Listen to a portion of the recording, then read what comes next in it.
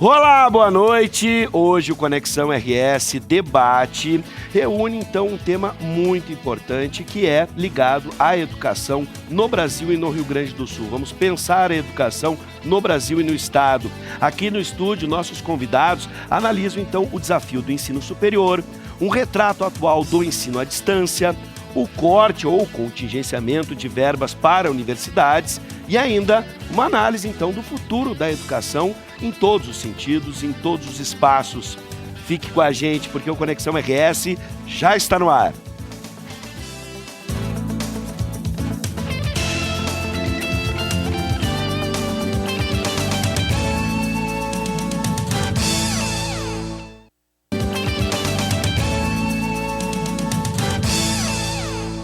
O Conexão RS de hoje recebe o presidente do Sindicato do Ensino Privado, Bruno Eiserich, a secretária municipal de Educação de Canoas, Neca Freitas, o chefe de gabinete da reitoria da Unilassalle, Renaldo Vieira de Souza, e o reitor da UBRA, da Universidade Luterana do Brasil, professor Ricardo Villirich. Boa noite, professores, sejam bem-vindos. Boa noite. Bom, a gente começa falando sobre ensino à distância, um modelo que vem crescendo no país. Dados do Instituto Nacional de Estudos e Pesquisas Educacionais, o INEP, apontou que cerca de 20% dos estudantes de ensino superior estavam matriculados pelo modelo à distância. O modelo vem crescendo, mas na opinião de vocês, é uma tendência que chegou para ficar e de que forma essa tendência vai se estabilizar ou vai conseguir chegar no Brasil? A gente estava aqui discutindo fora do ar. A questão é, o modelo mesmo, a plataforma é mais acessível, a juventude hoje consegue dominar as tecnologias e se sente mais motivada em trabalhar com elas do que, por exemplo, o presencial e a sala de aula, muitas vezes visto como um modelo antiquado. Ou a questão é econômica. O preço, por exemplo, do ensino à distância, em comparação com o presencial, ele tem uma diferença.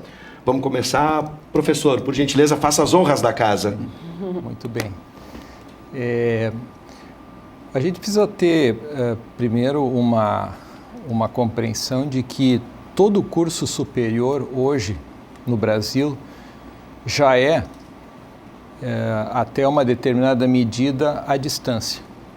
Porque mesmo um curso que é autorizado no Ministério da Educação como um curso presencial, ele já pode partir de, no mínimo, 20% com oferta à distância.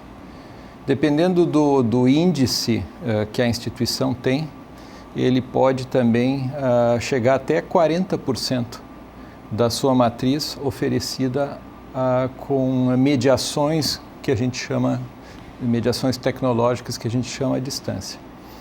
Então isso, na verdade, essa própria maneira como está se regulando o ensino superior no Brasil, suspende um pouco, ou meio que termina quase com a polarização presencial EAD, e eu entendo que isso é quase que um reflexo também de como a nossa vida está se transformando hoje. A nossa vida é presencial e EAD, né? Então, por que no contexto da aprendizagem, seja na educação básica, seja no ensino superior, não vai acontecer a mesma coisa? Eu, semana passada, via que um grande arquiteto que projetou todas as obras no Guaíba, em Porto Alegre, né, que foram agora recentemente inauguradas, que ele pela primeira vez, agora depois de ter projetado aquilo tudo, visitou as obras. E ele mora no Paraná. Então, eu achei bastante interessante isso, porque um arquiteto que projetou tudo, né, só veio conhecer as obras depois que elas estavam terminadas. Ou seja, esse arquiteto basicamente trabalhou EAD. Sim. Ou seja, a pergunta é por que alguém já na sua formação, por exemplo, para essa carreira, arquitetura e urbanismo, também não vai ter uma parcela que seja na modalidade EAD também, né? Professor Renaldo, tenha bondade. Claro que acho que na tua pergunta, tu pergunta sobre tendência do ensino à distância. Já não é uma tendência, é uma realidade. Mesmo que os números ainda sejam um pouco superior a 20%, já há projeções de logo, estou falando até 2022, 2025, superar os 50%. Então, isso é uma realidade. Claro que daí tivemos que repensar o nosso modelo de ensino para esse novo modelo. Complementando o que o professor Ricardo fala, que já estamos praticamente, né, num EAD há muito tempo, hoje a gente teve que readequar para um formato híbrido, até por conta de um formato que antes não compensaria um deslocamento de um aluno para uma aula tradicional de leitura ou algo assim. Então, o que a gente está falando nesse modelo híbrido? O aluno vem para uma sala de aula já com um estudo pré-elaborado para uma discussão, para uma prática, que é o que a gente está hoje vivenciando. E aí precisamos, né, retomar, enquanto instituição de ensino, o jeito de ensinar, um novo modelo de um professor que prepara atividades que de fato vai atrair um aluno, mesmo que às vezes ainda, né, no modelo tradicional, para que seja atrativo, para que seja agregador e para que seja de fato uma projeção de um protagonismo para esse aluno que está vindo. Sim. Ele vem de fato já com outra preparação, o aluno está conectado o tempo inteiro.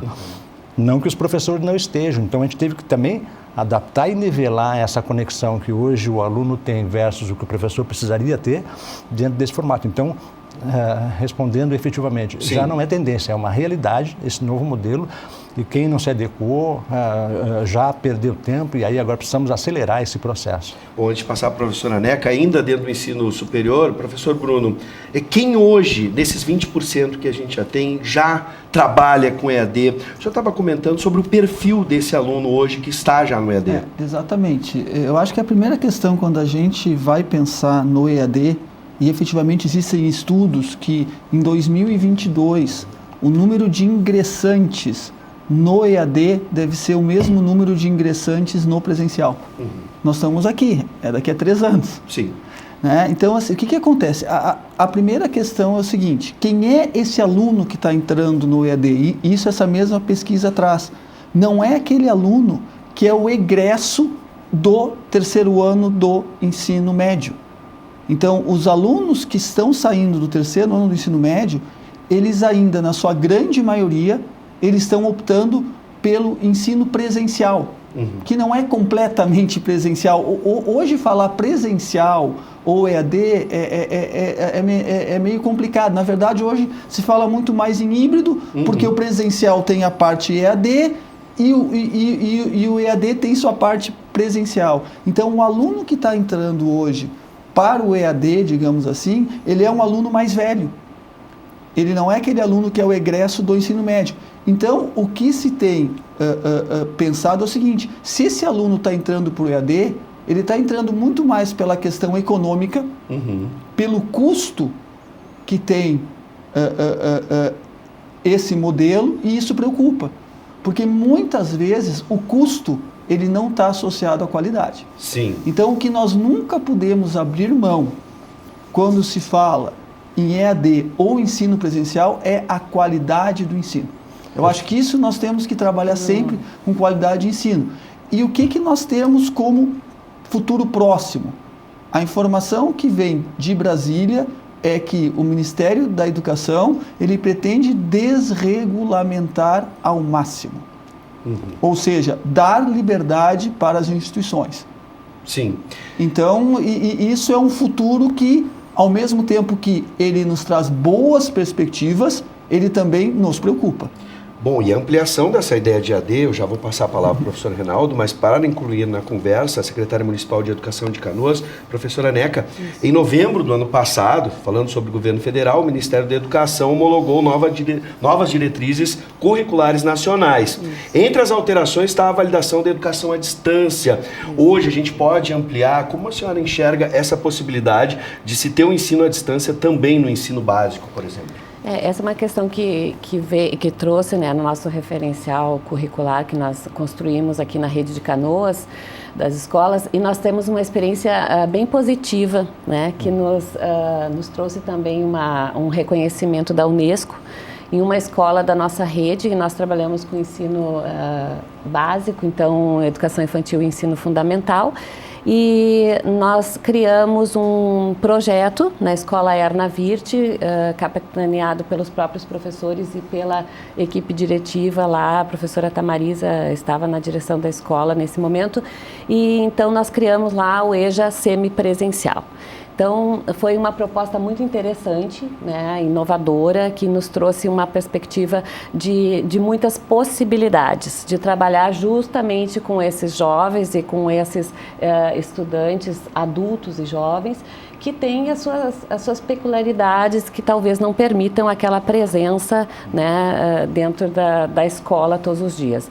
Então, claro que a nossa alfabetização ainda continua sendo presencial, porque é uma outra característica, nós sabemos como professores disso, mas estamos avançando. Começamos com algumas turmas e hoje praticamente o EJA da Escola Erna Wirth está nesta linha, com um trabalho belíssimo dos seus professores que se desafiaram nessa procura, nessa pesquisa, e isso nos sinalizou que nós estamos realmente no caminho certo quando nós vemos os nossos parceiros das universidades nesse sentido, mas também um reconhecimento da Unesco que nos fez ainda mais ter a certeza que este não é uma tendência, né? É uma realidade que está acontecendo, é uma realidade. O professor Reinaldo pediu uma parte aqui, por favor, professor. Eu só queria complementar uma fala do Bruno com relação à comparação preço, qualidade e alguns elementos a gente começa a perceber, porque nós na Universidade La Salle também já estamos aí há 2 anos rodando na modalidade EAD,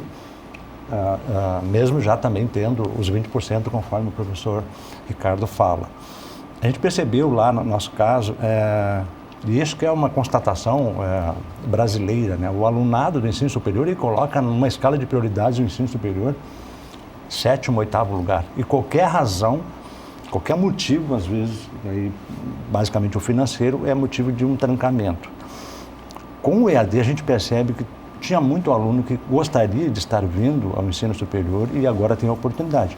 Claro, aí entra uma outra relação, que daí para a nossa sustentabilidade, enquanto instituição, há que haver um equilíbrio, nós temos que escalar, né? Então, para isso, numa relação direta e bem simples, eu estou falando de 4 a 5 alunos no EAD para 1 no presencial. Então, tivemos que retomar todo um planejamento, toda uma precificação para poder, então, mantendo a qualidade que a gente, o tempo inteiro, as nossas instituições vêm trabalhando, preconizando e priorizando essa filosofia de cada instituição, o preço acaba sendo bastante competitivo. Sim. Frente aos outros, né, que, enfim, acabam aí também, de alguma forma, nos desafiando. Eu acho que quando a gente fala em EAD presencial, o que nós temos que nos dar conta que hoje, um dos lugares onde menos se aprende é na sala de aula. Infelizmente. Né? Infelizmente, que assim, ó, a gente tem que abrir a sala de aula para o mundo. E esse abrir a sala de aula para o mundo pode ser através do EAD ou pode ser na própria sala de aula sem sair da sala de aula. Nós precisamos repensar o nosso ensinar. Sim. Né? Nós vamos repensar todo o nosso, quer seja na educação básica, quer seja no ensino superior, e abrir a sala de aula para o mundo. Né? Nos darmos conta que nós vivemos em outro momento, que o conhecimento não emana só do professor, como todos que estamos nessa bancada sabíamos. Nós tínhamos 3 fontes de conhecimento. Era o nosso professor, a Delta LaRousse e o Tesouro da Juventude. Sim. Hoje, esse aparelhinho que todos nós temos ao nosso lado, ele é infinito. Dá para a gente fechar esse bloco e discutir, professor, por exemplo, e professora também, isso dentro do universo do ensino superior e também do ensino básico, por exemplo, certeza. Entre ensino e aprendizagem. Essa relação, essa divisão entre ensino e aprendizagem. O EAD, o ensino à distância, a internet, leva a uma certa autonomia do aluno e o estímulo, o professor saindo do papel de professor para um tutor, por exemplo? Sim, justamente o comentário que eu faria. A Universidade Luterana do Brasil completa essa semana 47 anos. Nós chegamos ao número de 200 mil profissionais formados nos 47 anos. 90 mil desses na modalidade EAD. Então, o que a gente tem vivenciado nesses aí 15 anos de trabalho com o EAD é que não se trata de uma polarização presencial EAD, mas do que nós fazemos em termos de aprendizagem. A questão metodológica é fundamental. O fato de um curso ser presencial não garante a ele uma qualidade que não vai existir no EAD, porque no cerne está justamente essa questão metodológica. A aprendizagem ela precisa deixar de ser unilateral, no sentido de haver uma autoridade máxima que é aquele único que encaminha as questões. Então, esse é um ponto-chave que envolve tanto cursos que são autorizados como presenciais, como cursos na modalidade EAD. E essa é a razão, e aí eu vejo grande risco para as instituições de ensino hoje, que muitas pessoas cada vez mais já vislumbram possibilidades de uma aprendizagem fora das instituições de ensino. Né? Os grandes nomes aí da tecnologia muitas vezes trouxeram essa perspectiva. Né? Eu só fui na universidade porque eu queria aprender matemática, programação, isso e aquilo, e depois eu saí porque eu não precisava mais. Entende? Então esse eu acho que é um sinal de alerta que é colocado para as instituições de ensino no que diz respeito à aprendizagem efetiva. Bom, eu tenho pouco tempo nesse bloco, mas eu quero dar a palavra também e deixo a pergunta de se a experiência que aqui em Canoas foi desenvolvida, se isso também se pôde constatar essa autonomia do aluno para poder reformular sua aprendizagem fora já além do ensino superior, já na escola. Nós acreditamos como professores que a questão da pesquisa é uma questão que é referência na educação. Então, o professor pesquisador, o aluno pesquisador, isso faz toda a diferença. Então, acredito que as tendências já estão aí e estão nos mostrando que o nosso núcleo de professores tem um novo desafio, porque a educação é um eterno desafio. Mas também tem essa característica de abrir para outras possibilidades. Então, mesmo uma educação à distância, semipresencial, ela tem esse olhar do professor. Isso não vai mudar, né? Então, nós como professores o professor sabemos... é fundamental, ninguém vai dizer que não. Sabemos que nós, mesmo num currículo, né, à distância, semipresencial, nós temos ali a condução do nosso professor, que é fundamental. Então, essa valorização da pesquisa, do professor, desse olhar ao novo, ao se desafiar, né, as novas propostas que estão aí e atender justamente esse. Acho que essa é a função do professor, né? Entender qual é a melhor forma de conduzir uma educação de qualidade para aquela, no caso nós que trabalhamos com crianças e jovens, qual seria o nosso melhor caminho. Então, bom, a gente vai fazer o seguinte, vamos fazer um rápido intervalo e na volta o assunto as palavras têm poder, a gente tem que cuidar.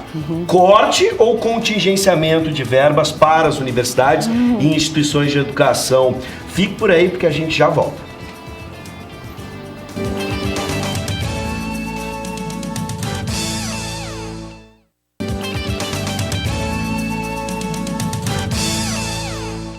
Voltamos com Conexão RS especial, que hoje debate alguns dos principais temas na área da educação. No bloco passado falamos sobre o ensino à distância. Agora o assunto é o corte ou contingenciamento de verbas para as universidades federais. Bom, no outro bloco a gente chegou a falar sobre aspectos econômicos, sobre como as instituições devem se procurar sua sustentabilidade, né? O ensino à distância se tornou uma ferramenta, e aqui a gente estava falando que conseguiu reduzir alguns custos, dando acesso à universidade para muitos que não tinham essa opção, né? E se levantou a questão da qualidade, né, do ensino, né? O quanto a gente tem que gerir as verbas para dar um ensino de qualidade. Antes de falarmos, né, sobre o ensino superior, vamos falar um pouco sobre o ensino, né, em níveis básicos e médio. A Constituição prevê que o ensino básico é prioridade de estados e municípios. O ministro da Educação, Abraham Weintraub, chegou a afirmar, em abril do ano passado, que recursos futuros da educação superior vão ser direcionados para a pré-escola ou para a educação básica. Este remanejo de verbas pode trazer melhorias ao ensino básico, na opinião de vocês? E, obviamente, vou começar com a professora Neca. Bom, nós trabalhamos na Secretaria Municipal de Educação, né, praticamente com a gestão desse dinheiro público, que faz toda a diferença para nós na educação. Nós vemos que é um novo momento de adequações. Para nós é importante ter bem claro que, como Prefeitura Municipal de Canoas, há um grande investimento e uma grande prioridade no investimento na educação. Temos um lema, digamos assim, que a educação não é gasto, a educação é um investimento.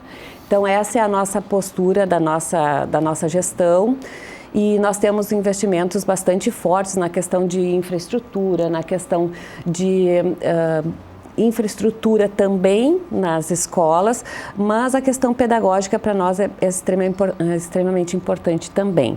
Então, nós trabalhamos em todos os eixos, procuramos buscar dentro das verbas públicas uma gestão de seriedade, de compromisso com a educação de qualidade. Nós tivemos já um aumento significativo de vagas na educação infantil, que historicamente nós tínhamos uma grande defasagem, continuamos ainda com algum déficit de vagas, mas estamos avançando muito nesse sentido. Então, conseguimos, através do gerenciamento dessas verbas, da gestão desse dinheiro público, nós conseguimos zerar a pré-escola nesses 2 últimos anos, e para nós é uma questão bastante importante, porque nós sabemos que é a base.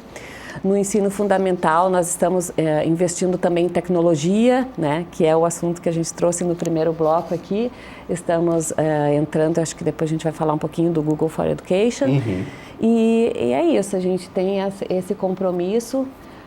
Seguimos firmes, como dissesse, palavras têm poder, né? Então, nós estamos pensando sempre no investimento forte, porque a educação realmente é o caminho e é por aí que a gente tenta fazer uma sociedade melhor. Uma boa base, acredito que seja consenso entre todos, mas de certa forma, esse raciocínio, essa forma de pensar pode afetar as instituições privadas na medida, por exemplo, pode restringir o financiamento estudantil de alguma forma, que se tornou também uma ferramenta, né, de recursos para as instituições. Sim. Começo com o professor Reinaldo e depois o professor Ricardo.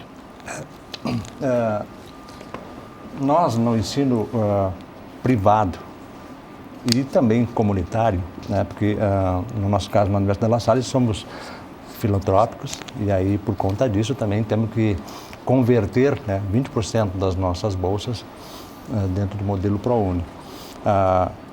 O investimento hoje que o governo repensa como distribuir, e até entra aí o elemento redução de recursos, né, nos afeta de alguma forma, mas também nos obriga a fazer uma gestão melhor, porque temos que prestar conta desse recurso de uma forma que a gente consiga, né, e aqui não sem nenhum julgamento, né, aproveitar esse recurso público que é nosso de uma forma em que a gente consiga enxergar o avanço das nossas instituições e muito mais daquilo que seria o objeto da educação superior, da pesquisa e todas as relações, né, com relação ao desenvolvimento do país, no sentido de ter então avançado. Então, sentimos sim, de alguma forma somos afetados, mas temos o compromisso de retomar e de prestar conta de uma forma muito mais tranquila, muito mais transparente, para provar que onde existe um problema deve ser tratado e nem sempre isso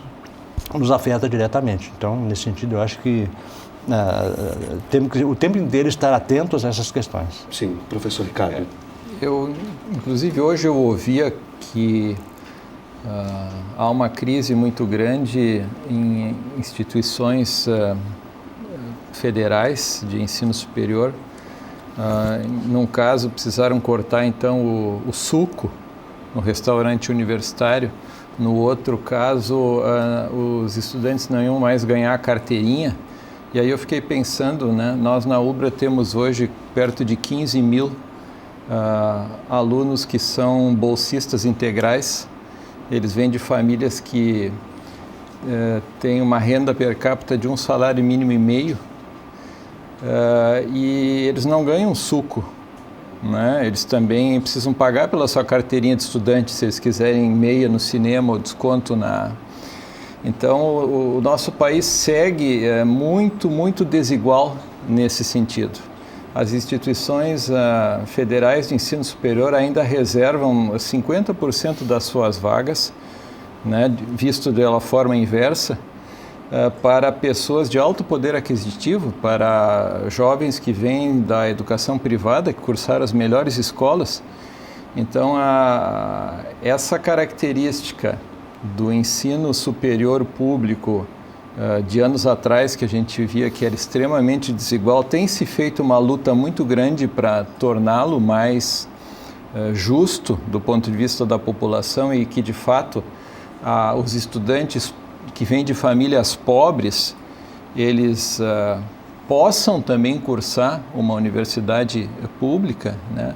Mas ainda se está muito aquém desse processo. Então, nós, mesmo tendo hoje praticamente uma universidade pública inteira dentro da UBRA, 15 mil alunos, né? Nós todos os meses precisamos fazer ajustes de orçamento, porque a concorrência está aí, a concorrência baixa preços de mensalidade, nós precisamos fazer ajustes sem comprometer a qualidade da oferta de ensino. Esse é o nosso dia a dia.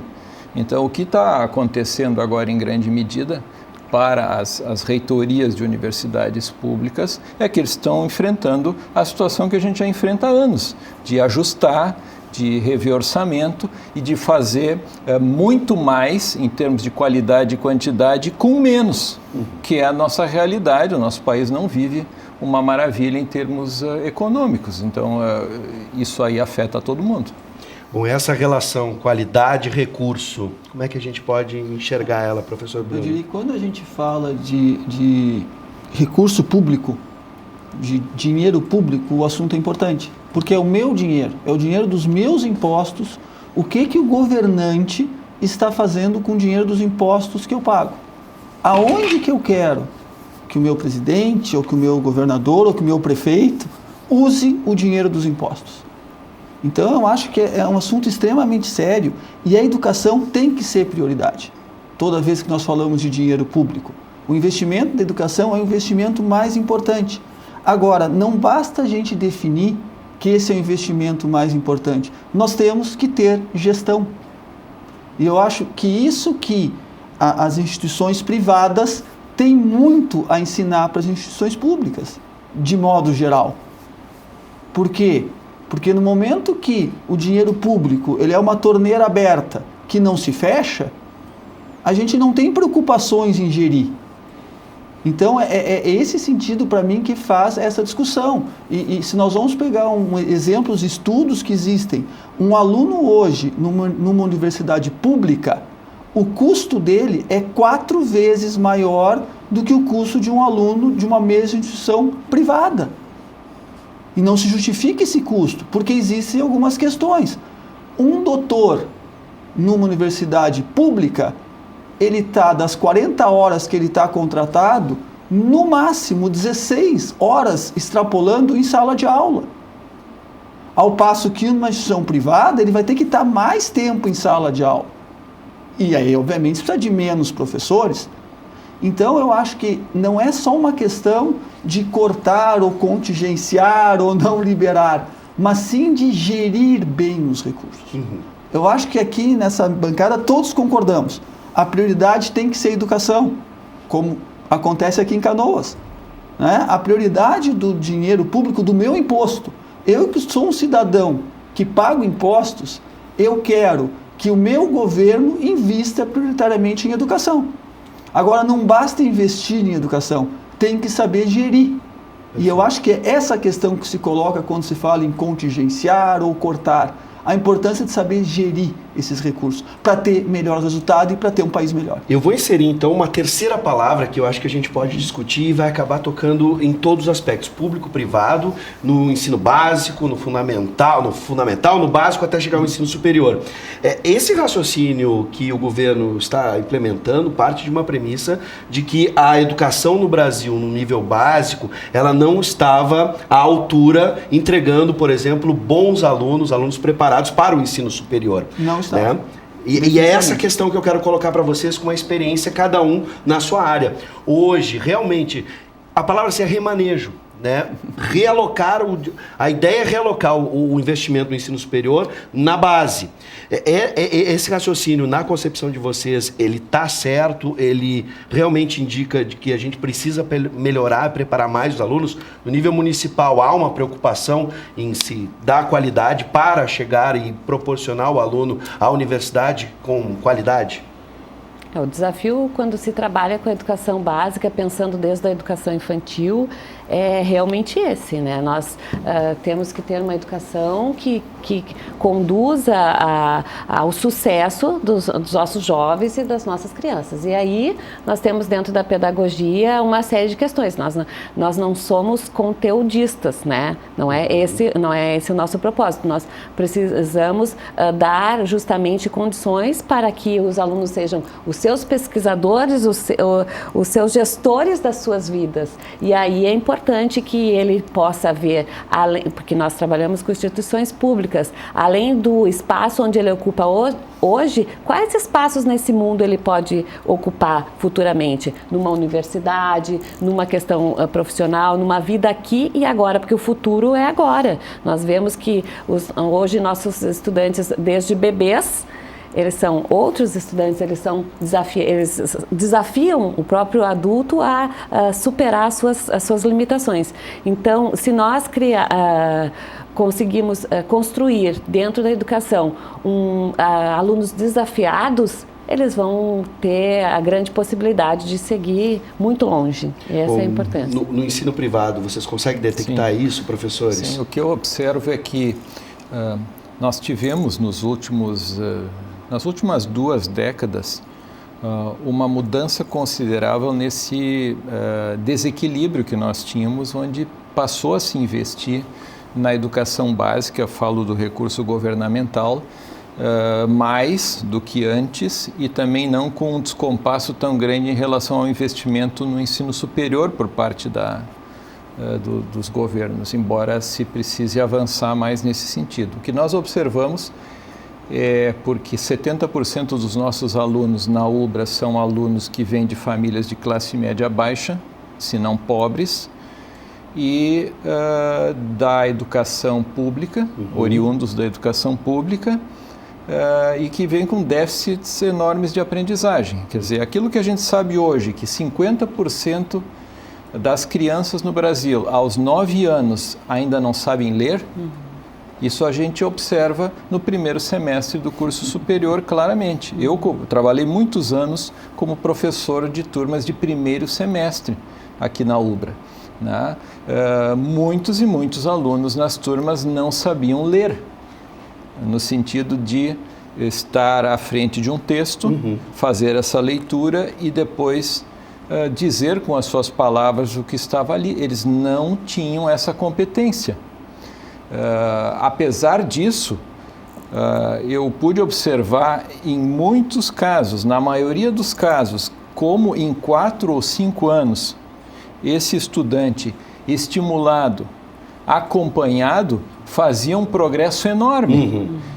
E fazia com que o seu curso, ao fazer, então, a prova do ENAD, que é uma prova que se faz nacionalmente, atingia uma nota melhor do que de um curso numa instituição federal, onde boa parte dos alunos vinham da educação privada, das melhores escolas de educação privada. Ou seja, naquele lapso de 4 ou 5 anos, o aluno pobre, trabalhador, estimulado, né, com metodologias adequadas, ele consegue fazer um progresso mais acelerado do que aquele que muitas vezes entra muito bem no início de um curso superior, mas não é estimulado adequadamente porque metodologicamente existem problemas ali. Então, isso nós temos observado, mas de fato, nas universidades privadas nós alcançaríamos níveis muitíssimo mais elevados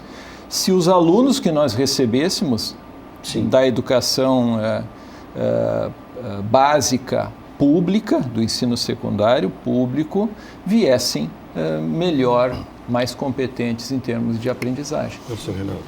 Até porque os números, né, são conhecidos nossos, né? Hoje o ensino básico, 75% está no público, contra 25% no privado. Diferente no ensino superior, que isso se inverte.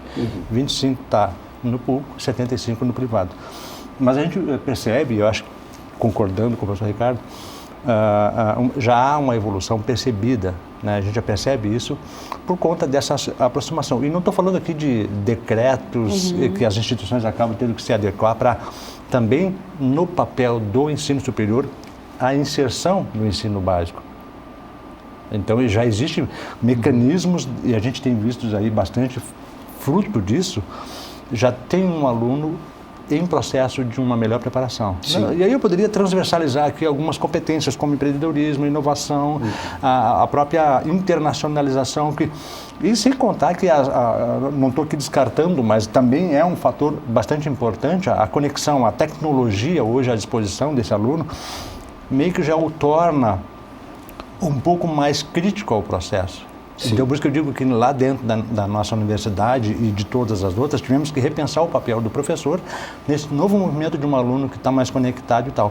E aí, o grande desafio também para esse processo de aprendizagem é dar condições e criar condições reais para que ele também tenha o grande interesse. Então, a professora Neca tem sido uma parceira nossa na secretaria, ali dentro da nossa universidade, onde a gente tem discutido algumas questões bem pontuais para preparar, porque todos nós vamos ganhar, não se fala a sociedade como um todo, mas estou falando nesse processo de receber um aluno melhor preparado para o ensino superior, é um salto enorme que a gente já começa a perceber. Nesse ponto de vista, a partir do professor Reinaldo e do professor Ricardo, dá para a gente imaginar, professor Bruno, que a gente falava sobre gestão e, claro, não só gestão de recursos, mas de esforços e de tempo.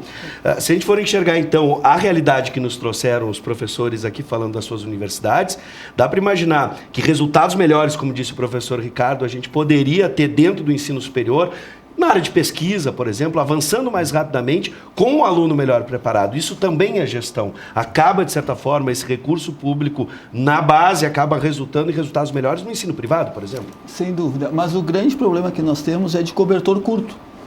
Ou seja, se nós tapamos os pés, né, colocando dinheiro na educação básica, vai nos faltar dinheiro para a cabeça, para o ensino superior, ou independente, o que seja, o pé-cabeça, ou cabeça, o pé, ou outro, tanto faz. Mas o problema é do cobertor curto, porque o governo federal, e aí é uma questão de nós cobrarmos qual é o tamanho do cobertor que nós queremos.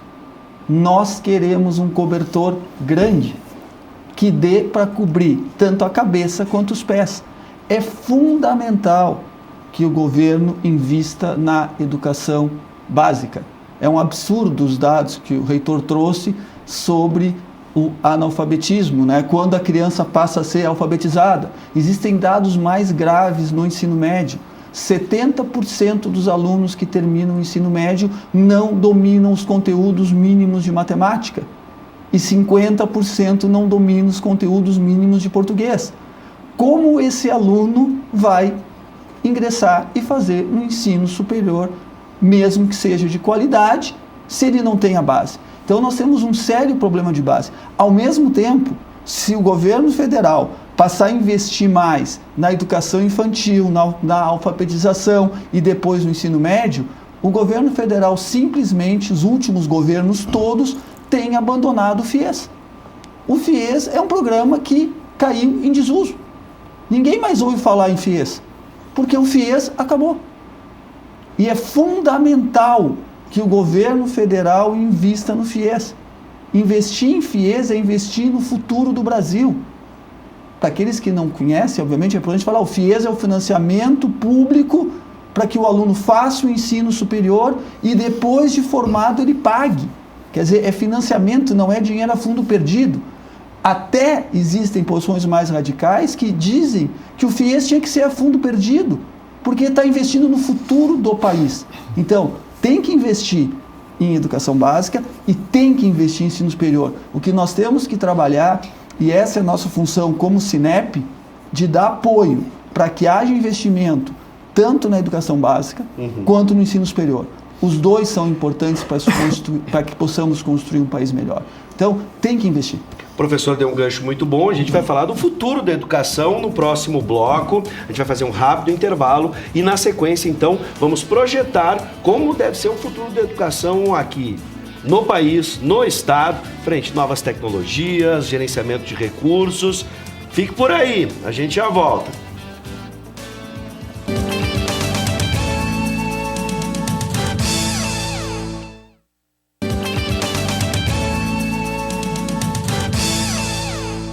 Voltamos com o Conexão RS Especial, que hoje debate alguns dos principais temas na área da educação. Nós já falamos sobre a migração do ensino presencial para o modelo EAD ou o modelo híbrido, também sobre cortes ou contingenciamento ou remanejo de recursos na educação e suas consequências. E no bloco final a gente projeta o futuro do ensino no país e no mundo como um todo. Deixo essa pergunta bem aberta para todos na sua perspectiva. Frente a novas tecnologias, ao gerenciamento, a reformulações de conteúdo, de formato, o que a gente deve esperar para a educação? Já que eu vou pegar a frase da professora, né? O futuro é agora. Vou começar com o professor Reinaldo. Muito bem. Não é uma novidade, né? Eu acho que a gente está no Brasil acordando e já temos aí história para contar nas nossas instituições. Estou falando algo em torno de 3, 4, 5 anos talvez, baseado em alguns modelos que a gente já foi ver lá fora e já roda há 10 ou mais anos, onde já nos demos conta de que o modelo tradicional ele continua sendo importante. A professora Neca falou do conteudismo. Não tem como, não existe milagre. O aluno tem que ter conteúdo, o professor tem que transmitir conteúdo, mas a forma com que a gente está educando para esse novo desafio de um novo profissional no mercado, nos coloca em xeque na seguinte questão. A tecnologia ajuda-se, mas ela não é suficiente para esse novo perfil de um profissional que a gente está querendo, porque muitas vezes ele quer uma certa flexibilidade. Eu acho que o professor Ricardo falou ali, o aluno quer escolher algumas competências, algumas disciplinas para resolver os problemas que ele tem lá na frente, e ele muitas vezes nem está preocupado com o certificado. Isso é uma realidade. Eu não quero me avançar muito para deixar a oportunidade para os outros, mas nós nos damos conta disso, estamos revisando os nossos projetos pedagógicos, estamos abrindo mão daquele modelo tradicional, de uma grade curricular extremamente rigorosa para trabalhar por competências como resolução de problemas, trazendo o aluno para um ambiente em que ele traga da sua empresa ou a empresa traga o seu problema e ali então seja um ambiente de aprendizagem. Nesse sentido, vai necessariamente passar por metodologias ativas, onde já é conhecido de nós, né, como que isso funciona, desafiando cada vez mais esse aluno, tornando cada vez mais ele um protagonista do processo, mas o professor, na sua parcela de contribuição, continua sendo professor, mas muito mais um mentor de carreira ou algo parecido. Bom, as tecnologias, professora, potencializaram, dentro da universidade já se cobrava há muito tempo a autonomia do aluno, né, para desenvolver, por exemplo, na área de projetos, onde o professor ali serve como um tutor e o aluno vai produzir o conteúdo, vai fazer a pesquisa. Só que me parece que a tecnologia está obrigando a escola também a entrar nesse processo, né? A senhora tinha comentado fora do ar sobre ferramentas que a gente já usa há um tempo aqui na universidade, como o Google for Education, aqui nós temos a plataforma Aula na Universidade Luterana do Brasil. Parece que essa demanda está chegando à escola também, essa autonomia do aluno e o papel do professor ainda importante, mas, né, estimulando essa autonomia. Isso, nós professores temos esse papel de construir os saberes. Então, dentro da escola nós temos como falavam anteriormente, né, o espaço da escola ele é extremamente importante, independente de uma aula semipresencial, de um curso à distância. Nós sabemos que ainda o espaço da escola é um espaço importante, é um espaço de construção dos seus saberes, de proporcionar para os nossos estudantes uma realidade que permita que ele encontre no mundo o seu espaço. Então, na socialização, desde a educação infantil, e quando eu falo isso, repeti várias vezes da educação infantil, porque nós trabalhamos a educação infantil e o ensino fundamental como uma rede única. E isso nos faz toda a diferença quando a gente acredita que a formação continuada do professor é essencial. No momento que o professor constrói junto com a sua rede, com seus pares, divide as suas angústias e divide os seus saberes, nós crescemos, nós avançamos. E nós percebemos nós temos, como o professor Reinaldo já falou, nós temos uma parceria muito grande com a UBRA e com a Unilassalle também. E a Unilassalle é a nossa parceira num grande projeto chamado Saberes em Diálogo, que trabalha justamente isso, a pesquisa do professor com seus pares, individualmente, de quais são os desafios da sua escola ou da sua comunidade. Então, isso tem trazido para nós, esse projeto, uma grande alegria nesse sentido de ver o quanto as nossas escolas avançaram, até mesmo pensando no que tu trouxeste, da dificuldade do bloco de alfabetização, e aí nós chegamos na tecnologia, que nos permitiu entender que dentro da nossa rede a tecnologia é importante. Por isso nós estamos trazendo o Google for Education na sua totalidade, não só as ferramentas, mas também equipamentos importantes como o investimento e o investimento na formação desses professores que vão se desafiar nesse novo mundo da tecnologia. Agora, esse desafio frente à escola e até mesmo à universidade leva também a outros extremos, professor. Se a gente for imaginar, a professora falava da importância da escola como um todo, não só na hora de se ensinar. Projetos e ideias de desescolarização, por exemplo, são uma outra vertente que vão puxar para essa autonomia a um extremo, por exemplo, tirando a responsabilidade do professor e da escola nesse papel. Como é que a gente pode entender o equilíbrio, o meio termo entre isso? Essa é uma situação bastante complicada, mas antes de falar do futuro, eu vou me permitir 1 minuto falar sobre o passado. Eu não posso estar aqui nesse campus e não parabenizar a UBRA pelos 47 anos. Já ia chegar, por isso eu ia deixar a palavra final. Mas eu quero parabenizar, claro, porque esqueci na minha primeira fala, mas gostaria nesse momento prestar, em nome de todo o ensino privado gaúcho, prestar as homenagens, porque para construir o futuro nós temos que ter passado. E não se chega a 47 anos à toa. O Cinep está muito preocupado com isso, o sindicato está muito preocupado com isso. Nós temos a questão até dos estudos domiciliares, perdão, não é estudos domiciliares, não fiz o que quis dizer, a questão de que o aluno não precisar mais ir à escola, existe tramitando hoje em Brasília para a educação básica, né? Isso eu sei que a professora como eu fica arrepiado quando ouve falar nisso, né? De os alunos não precisarem mais ir para a escola, chegamos a tal ponto, né? A escola é fundamental. Não existe país sem escola. Mas, como eu estava falando, o Cinep está muito preocupado com esta questão. Nós tivemos esse ano uma missão educacional para Israel, e o que a gente vê de tecnologia lá em Israel é simplesmente inacreditável. Eu fiz pessoalmente, um técnico, ele fez um desenho de um cachorrinho numa folha de papel, tirou uma foto com o celular do cachorrinho, e o cachorrinho apareceu latindo e se mexendo no celular. Então, quando a gente fala em tecnologia, a gente não sabe mais até onde vai se chegar.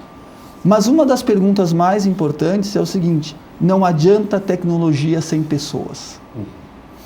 A figura do professor, a figura do coordenador pedagógico, a figura do diretor de escola, do diretor de faculdade, do professor da faculdade, do reitor, ela é fundamental.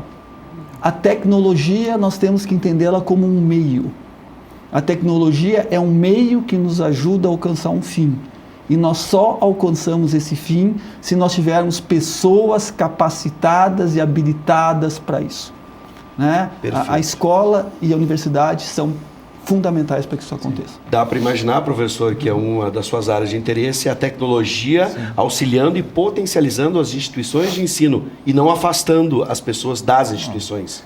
Certamente, como se falava no início, né, a tecnologia faz hoje parte da vida das pessoas, então nós não podemos dissociar isso da aprendizagem, seja na educação básica, seja no ensino superior.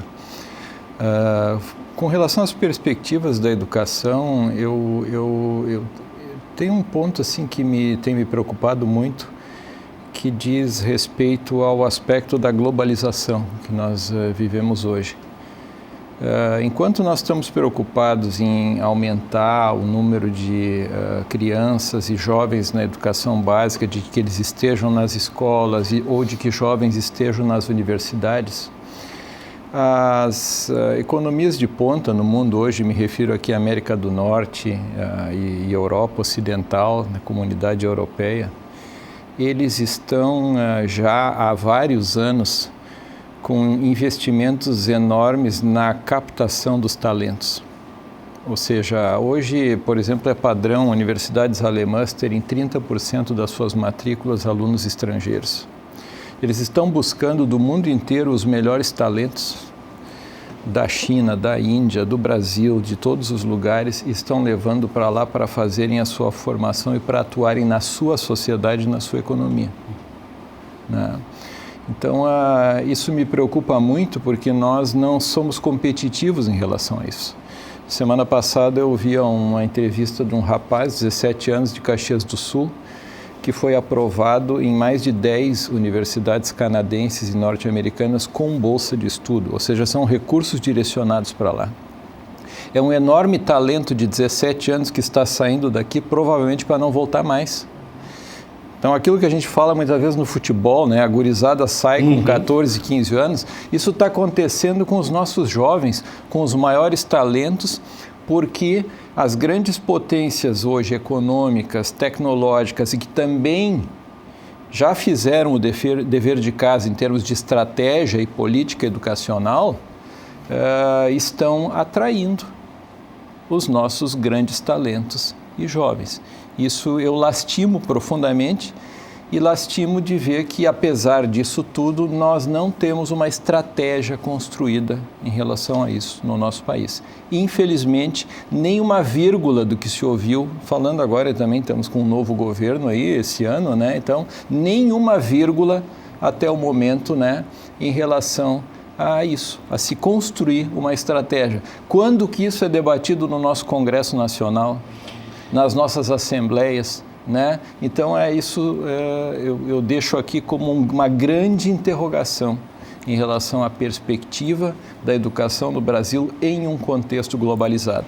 Bom, fica aqui então o apelo para que esse debate, que infelizmente vai se encerrar agora porque temos tempo na televisão, continue aí na sua casa e que possa chegar sim até o Congresso Nacional. Falar de educação é sempre muito importante, por isso a gente quer agradecer a presença dos nossos convidados, sejam sempre bem-vindos. Quero agradecer Bruno Eiserick, presidente do Cinep do Rio Grande do Sul, professora Neca, professora Eliane Neca, secretária municipal de educação aqui de Canoas, professor Renaldo Vieira de Souza, chefe de gabinete da reitoria da Unilassalle, e aqui me despeço com um grande abraço a todos os nossos colegas egressos da graduação, da pós-graduação, os professores, os nossos amigos, a comunidade que está envolvida aqui em Canoas, todos ligados à Universidade Luterana do Brasil, que completa 47 anos. É aqui o nosso abraço para o nosso reitor professor Ricardo Villirich. Parabéns, professor. Um forte abraço. Parabéns. Deixo aqui um minuto final para o senhor se dirigir e deixar um abraço a todos. Muito obrigado. Tem sido uma semana muito marcante, porque nós temos recebido não só da comunidade interna, mas também da comunidade externa, um apoio muito grande. Temos recebido contatos fantásticos de egressos da nossa instituição, de todos os lugares do mundo, e isso mostra que estamos no caminho certo e também com o apoio de todas as instituições co-irmãs, da rede pública também, nós vamos seguir num ótimo caminho nesse país de tantos desafios. Um forte abraço a todos os educadores do Brasil. Estamos encerrando, tem horário alternativo do Conexão RS, hoje às 10h15 da noite, depois do Jornal da Cultura. Muito obrigado pela audiência, uma excelente noite. Tchau, tchau.